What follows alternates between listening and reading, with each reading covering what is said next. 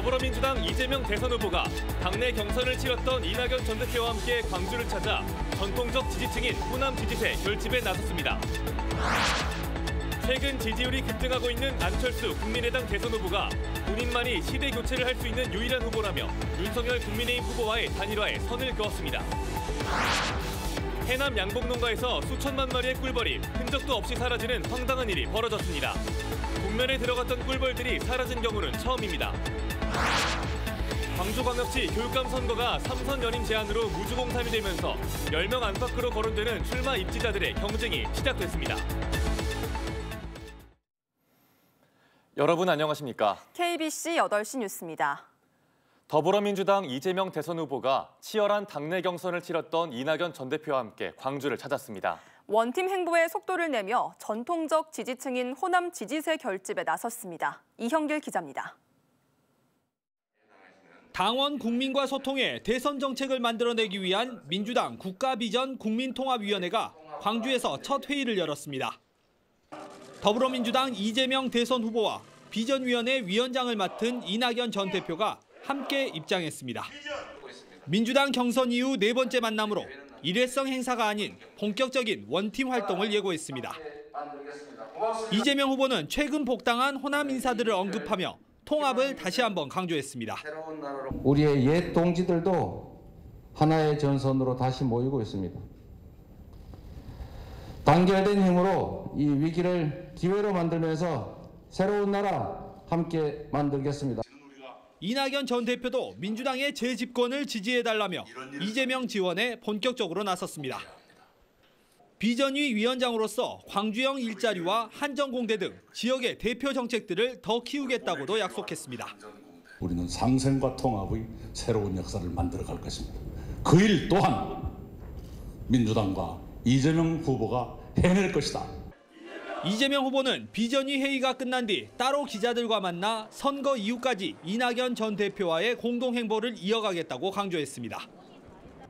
국민의힘이 선대위 해산으로 내용을 겪는 사이 전통적 지지층을 다시 끌어안으려는 민주당의 행보가 빨라지고 있습니다.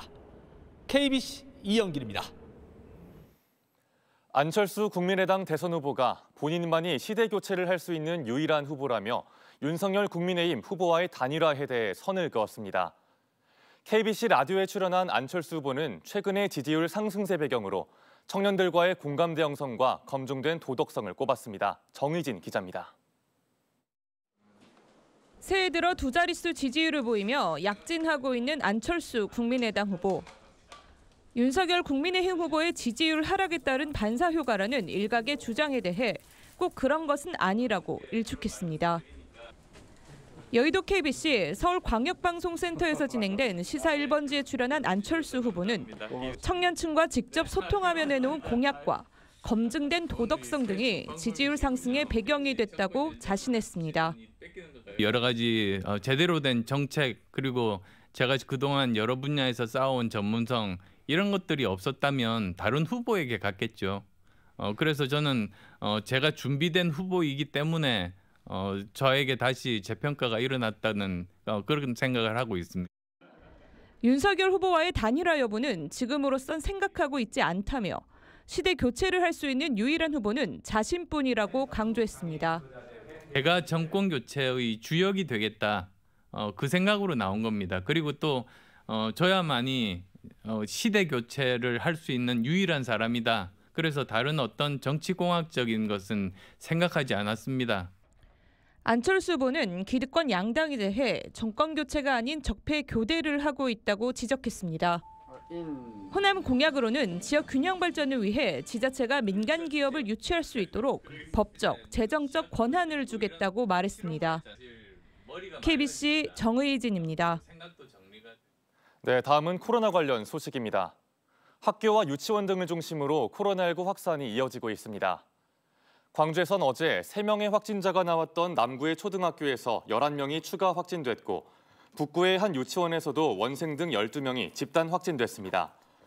전남에선 목포의 대형 병원에서 집단 감염으로 환자와 간병인, 직원 등이 확진됐고 유흥업소 종사자 간 감염 등 오미크론 변이 의심 사례가 속출하고 있습니다. 한편 오늘 광주에선 77명, 전남에선 45명의 확진자가 추가됐습니다. 광주 시민 모두에게 10만 원씩 지급되는 일상회복지원금 신청이 오는 17일부터 시작됩니다. 광주광역시는 오는 7일부터 기초생활수급자에게 먼저 일상회복지원금을 지급하고 오는 17일부터 광주 시민들의 신청을 받아 신용 체크카드 온라인 포인트나 선불형 상생카드를 지급할 예정입니다. 지급 대상은 지난해 12월 1일 기준 광주에 주민등록을 둔 시민과 체류지 등록 또는 거소 신고를 한 외국인 등입니다. 해남의 한 양봉 농가에서 기르던 꿀벌들이 감쪽같이 사라졌습니다. 인근 양봉 농가에서도 비슷한 일이 일어나기도 했는데요.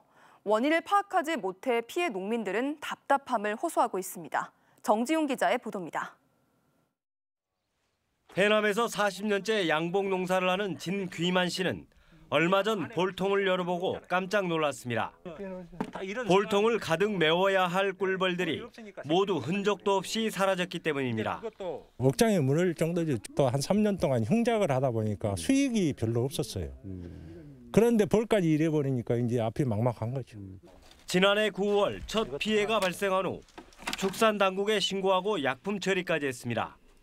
하지만 소용없었습니다. 지난해 12월부터 급격하게 줄면서 피해 볼통만 350개, 넉 달 만에 꿀벌 1000만 마리가 사라진 겁니다. 79년도부터 했습니다. 근데 이런 경우는 처음이에요. 인근 양봉 농가 10여 곳도 크고 작은 피해가 났습니다. 해남군은 꿀벌 실종 피해 사고를 규명하기 위해 조사에 착수했습니다. 일단 피해 조사를 이번 금요일까지 하고요. 이제 시료를 채취해서 진단 의뢰를 하기로 그렇게 지금 협의하고 진행 중에 있는 상황이에요. 원인을 알 수 없는 피해가 잇따르면서 양봉 농민들은 답답함을 호소했습니다. KBC 정정입니다. 광주광역시 교육감 선거가 장위국 현 교육감의 3선 연임 제안으로 무주공산이 되면서 출마 입자들의 경쟁이 시작됐습니다. 대선으로 인해 아직 큰 관심을 끌고 있지는 못하지만 10명 안팎으로 거론되는 후보자들의 경쟁은 이미 시작된 분위기입니다. 신민지 기자입니다. 이정선 전 광주교대 총장이 기자회견을 갖고 혁신교육을 넘어 더 큰 포용교육으로 발전시켜 나가야 한다는 광주교육의 방향성을 제시했습니다. 사실상 광주시 교육감 출마 선언으로 해석됩니다. 혁신교육의 성과는 계승하되 분열과 갈등의 요소는 제거하고 미래를 향해 도약할 수 있는 더 좋은 광주교육을 만들어야 할 때입니다. 지난달에는 최영태 전 전남대 인문대학장이 교육자와 시민운동가로 살아온 경험을 바탕으로 광주를 전국 최고의 교육도시로 만들겠다며 광주시 교육감 출마를 처음으로 공식 선언했습니다.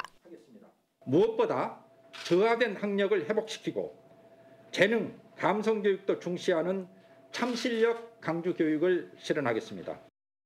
이 밖에도 교육계에선 강동환 전 조선대 총장, 김선호 전 동아여중 관선이사장, 김홍식 전 서부교육지원청 교육장, 박주정 서부교육지원청 교육장, 정성홍 전 전교조 광주지부장, 정의곤 전 광주시 교육위원 등도 후보로 거론되고 있습니다.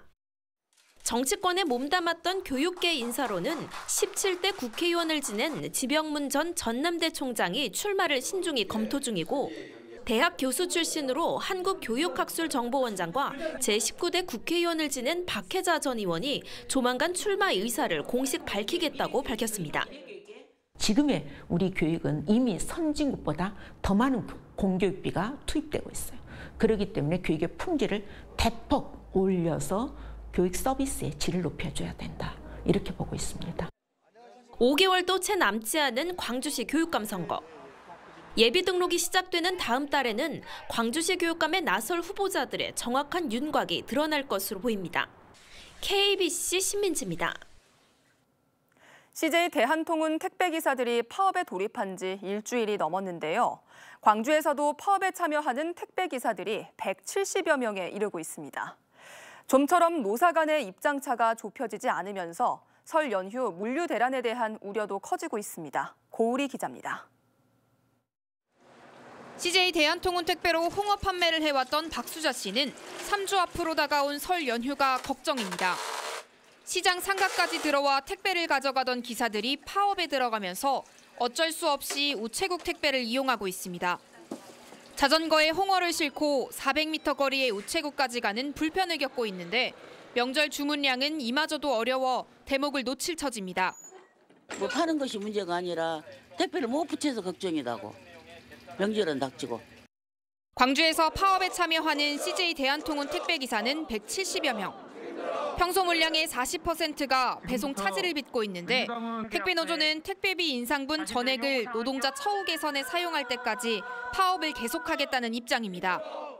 사회적 합의가 끝난 이후에 도대체 뭐 하나 변한 게 없습니다. 한 명이 7명, 10명치의 분류 작업을 하다 보니 이 분류 작업이 제대로 될 리가 없습니다. 반면 사측은 사회적 합의를 이행하고 있다며 노조의 주장에 대해 유감이라고 밝혔습니다. 노사의 입장이 평행선을 달리면서 파업이 장기화될 수 있다는 우려가 나오고 있습니다. KBC 고울입니다.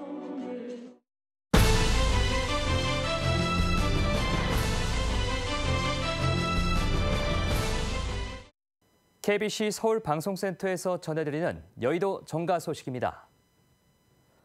첫 소식입니다. 윤석열 국민의힘 대선 후보가 선대위 해체에 나서면서 호남 정치인들이 소속된 새시대 준비위원회의 향방에 관심이 모아지고 있습니다. 윤석열 후보는 이틀간의 고심 끝에 김종인 총괄 선대위원장 원톱 체제의 선대위를 해체하고 사선의 권영세 의원을 선거대책본부장으로 임명하는 개편안을 발표했습니다. 윤석열 후보는 국회의원들에게 자리를 나눠주는 것이 아닌 철저한 실무형 선거대책본부를 구성하겠다는 의지를 밝혔습니다. 이에 따라 박주선과 김동철 등 호남 출신 전 의원들이 대거 합류한 새시대 준비위도 사실상 해체 수순을 밟을 것으로 예상되고 있습니다. 문재인 정부 청와대 출신 참모들이 오는 6월 열리는 광주 전남 지방선거에 대거 출마합니다. 박노원 전 행정관은 장성군수 출마를 준비 중이고 최용선 전 행정관은 나주시장에, 최치현 전 행정관은 광주 광산구청장에 각각 출사표를 던졌습니다. 세 사람 모두 이재명 더불어민주당 대선 후보를 돕고 있는 만큼 대선 결과가 큰 변수가 될 전망입니다. KBC 광주방송을 비롯한 지역 민영방송의 법정선거 토론방송 중계 참여가 가시화되면서 유권자들의 시청권도 확대될 것으로 전망됩니다. 국회 정치개혁특별위원회는 전체 회의를 열어 현행법상 공영방송사로 제한돼 있던 선거방송토론위원회 위원 추천과 토론회 중계방송 참여 권한을 지역 민방 등 지상파 방송사업자로 확대하는 내용이 담긴 선거법 개정안을 처리했습니다. 법제사법위원회 심사를 거쳐 오는 11일로 예정된 본회의를 통과하면 지역 유권자들의 시청권 보장은 물론 지역 민방 위상 제고에도 큰 역할을 할 것으로 기대됩니다. 지금까지 KBC 서울방송센터에서 전해드렸습니다. 우리나라 디지털 콘텐츠 이용자들은 하루 평균 4시간, 2.7개의 유료 플랫폼을 쓰고 있는 것으로 나타났습니다. 한국콘텐츠진흥원이 전국 15세에서 59세의 디지털 콘텐츠 이용자 3,000명을 대상으로 한 설문조사 결과 하루 평균 4시간 정도 콘텐츠를 이용하고 1인당 평균 2.7개의 플랫폼을 유료 구독하는 것으로 집계됐습니다. 코로나19 이후 온라인 동영상과 오디오 콘텐츠를 이용하기 시작한 경우가 40% 안팎으로 나타났고 온라인 공연 이용자의 70%가 코로나19 이후 이용을 시작한 것으로 조사됐습니다. 임경준 중소기업중앙회 광주전남 회장이 중소기업 제품이 제값을 받을 수 있도록 노력하겠다고 밝혔습니다. 임 회장은 대중소기업 간 양극화 해결과 지역경제 활성화를 위해 중소기업 제품이 제값을 받을 수 있도록 협동조합법 개정을 추진하겠다고 말했습니다. 탄소 중립과 ESG 경영을 위해서 납품단가 연동제와 중소기업 전용 전기요금제 도입 등 중소기업 부담을 줄이는 정부 지원도 호소했습니다.